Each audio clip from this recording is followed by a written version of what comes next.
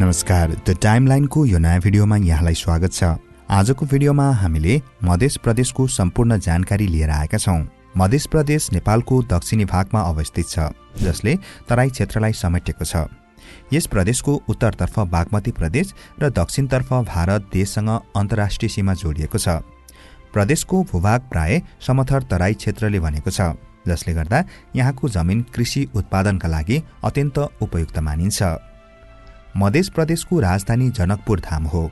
जनकपुर धाम ऐतिहासिक, धार्मिक तथा सांस्कृतिक दृष्टिले अत्यन्त महत्त्वपूर्ण शहरका रूपमा परिचित छ।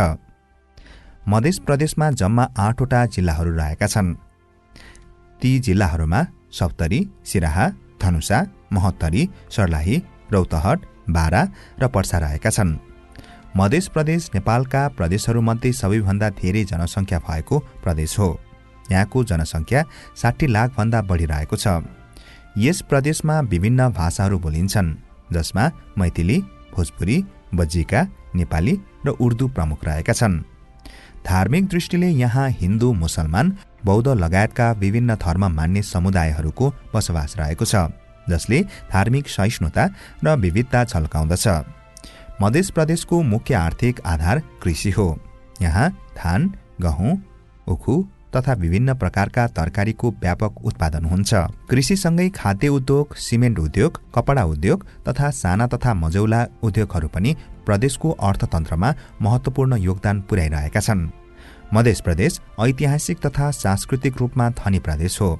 जनकपुर धाम स्थित जानकी मन्दिर सीताको जन्मभूमिका रूपमा प्रसिद्ध छ, जसले धार्मिक पर्यटनलाई समेत प्रवर्धन गरेको छ। यहाँ छठ पर्व, होली, रामनवमी, ईद लगायतका चाड पर्वहरू धुमधामका साथ मनाइन्छन्। समग्रमा मध्य प्रदेशमा समृद्ध मैथिली तथा तराई संस्कृतिको गहिरो प्रभाव देख्न सकिन्छ। यो त भयो समग्र मध्य प्रदेशको बारेमा जानकारी। अब कुरा गरौँ मध्य प्रदेशभित्र पर्ने जिल्लाहरूको नामकरण र ऐतिहासिक पृष्ठभूमिबारे। सप्तरी जिल्ला। सप्तरी जिल्लाको नामकरण सप्तऋषि शब्दबाट भएको मानिन्छ।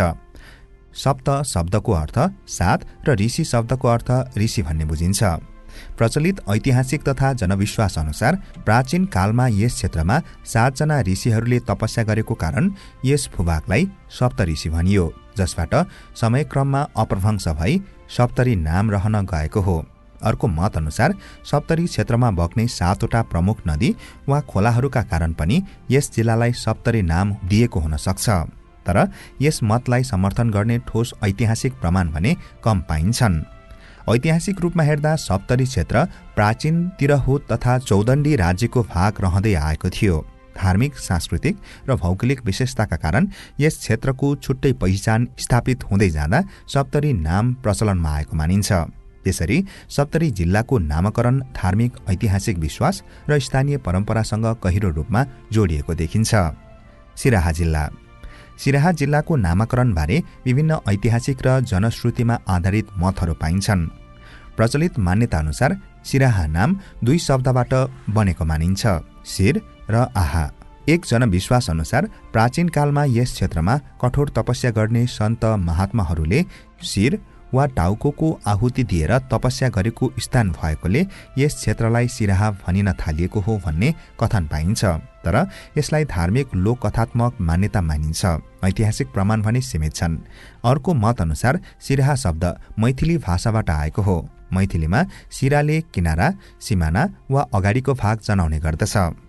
विजयपुर राज्यको पूर्वी सिमानामा पर्ने भूभाग भएकोले यस क्षेत्रलाई सिराहा भनिएको हुन सक्छ। केही इतिहासकारहरूका अनुसार यो नाम भौगोलिक अवस्थासँग सम्बन्धित छ। पहाडी क्षेत्रबाट छर्ने खोलाहरू तराईमा प्रवेश गर्ने सिरा भागमा पर्ने भएकाले पनि सिराहा नाम रहन गएको मानिन्छ। समग्रमा सिराहा जिल्लाको नामकरण लोकविश्वास, भाषिक व्युत्पत्ति र भौगोलिक अवस्थाको मिश्रित प्रभावबाट विकसित भएको देखिन्छ। तर यसको ठोस ऐतिहासिक अभिलेख उपलब्ध नभए पनि यी मतहरू स्थानीय इतिहास र संस्कृतिसँग गहिरो रूपमा जोडिएका छन्। धनुषा जिल्ला। धनुषा जिल्लाको नामकरण रामायणकालीन धार्मिक ऐतिहासिक कथासँग जोडिएको छ। प्रचलित जनविश्वास तथा धार्मिक मान्यता अनुसार राजा जनकको दरबारमा रहेको भगवान शिवको धनुष, शिव धनुष यही क्षेत्रमा भाँचिएको थियो। रामायण अनुसार भगवान श्रीरामले सीता स्वयम्वरको क्रममा विश्व धनुष भाँच्दा त्यसको एउटा भाग यस क्षेत्रमा खसेको थियो। सोही धनुषको टुक्रा धनुषा खसेको स्थानलाई धनुषा भनिन थालिएको र पछि यही नाम जिल्लाको रूपमा प्रचलित भएको मानिन्छ। जनकपुर धाममा अवस्थित धनुष धाम यस कथासँग प्रत्यक्ष रूपमा सम्बन्धित धार्मिक स्थल हो। इतिहासकारहरूको मत अनुसार धनुषा नाम संस्कृत शब्द धनुषबाट विकसित भएको हो, जसको अर्थ धनु हुन्छ। धार्मिक आस्था, जनश्रुति र सांस्कृतिक परम्पराले यस नामलाई मजबुत बनाएको देखिन्छ। यसरी धनुषा जिल्लाको नामकरण रामायणकालीन मिथकीय परम्परा, धार्मिक विश्वास र सांस्कृतिक पहिचानसँग गहिरो रूपमा सम्बन्धित रहेको पाइन्छ। महोत्तरी जिल्ला महोत्तरी जिल्लाको नामकरण धार्मिक तथा ऐतिहासिक विश्वाससँग जोडिएको मानिन्छ। प्रचलित मान्यता अनुसार महोत्तरी शब्द संस्कृत भाषाबाट आएको हो। संस्कृतमा महोत्तर वा महोत्तरी शब्दको अर्थ महान स्थान वा विशेष धार्मिक महत्त्व भएको क्षेत्र भन्ने बुझिन्छ। प्राचीन कालमा यस क्षेत्रलाई तपस्या, यज्ञ तथा धार्मिक गतिविधिका लागि महत्त्वपूर्ण स्थलका रूपमा हेरिने गरिन्थ्यो, जसका कारण यसलाई महोत्तरी भनिएको मानिन्छ।